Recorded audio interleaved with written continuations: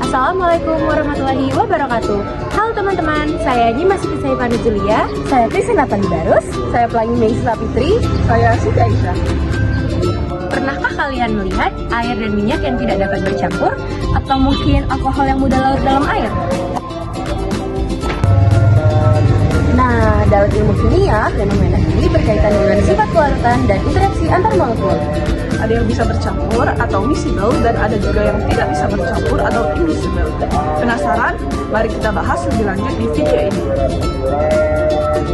Baiklah, di sini saya akan menyampaikan materi tentang mixing and agitation liquid to liquid. Mixing dan agitation merupakan proses penting dalam industri kimia untuk meningkatkan homogenitas dan keseragaman sistem. Pencampuran terjadi ketika material dipindahkan dari satu area ke area lain dalam sebuah wadah. Ketidakseragaman sistem dapat dijelaskan sebagai gradien dari berbagai properti seperti konsentrasi, viskositas, temperatur, warna, fase, dan sebagainya. Liquid-liquid mixing memainkan peran penting dalam menghasilkan dan meningkatkan luas area antarmuka yang esensial untuk memperbaiki transfer massa dan transfer panas antar fase. Proses ini terbagi menjadi dua kategori. Yang pertama yaitu miscible liquid. Karakteristiknya yaitu terjadi antara dua cairan yang saling melarutkan dalam keadaan ketidakadaan hambatan terhadap larutan dan antarmuka cairan. Proses ini terbagi menjadi dua. Yang pertama yaitu miscible liquid.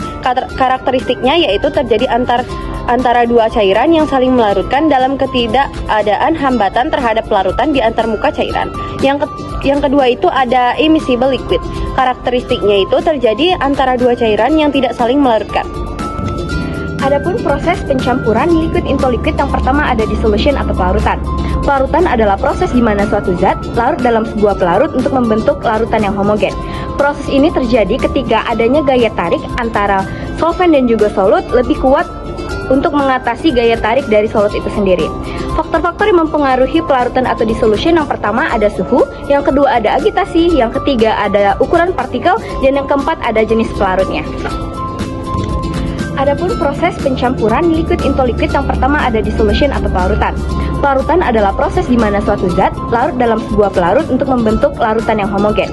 Proses ini terjadi ketika adanya gaya tarik antara solvent dan juga solut lebih kuat untuk mengatasi gaya tarik dari solut itu sendiri.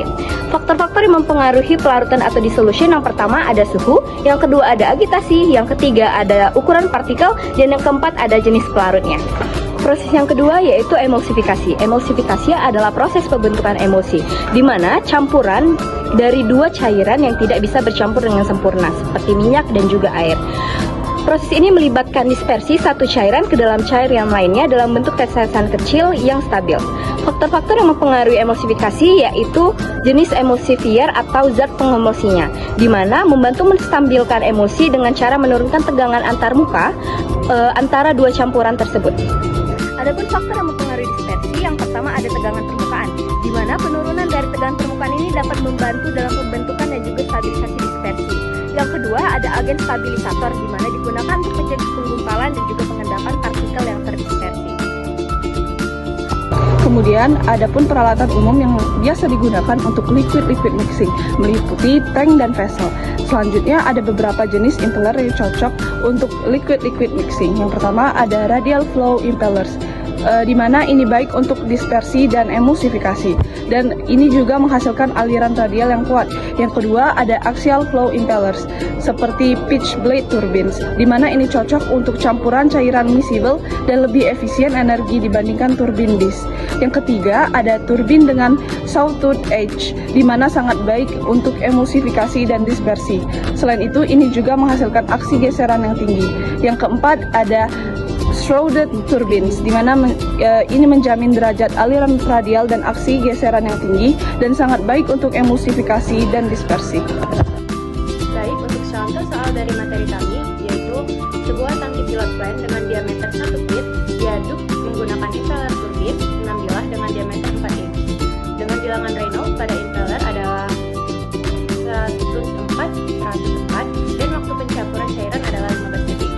Daya yang dibutuhkan untuk pencampuran adalah 2 horsepower per 100.000 gal. Dengan pertanyaan, A. Berapakah masukan data yang diperlukan untuk menghasilkan waktu pencampuran yang sama dalam tangki berdiameter 6 feet?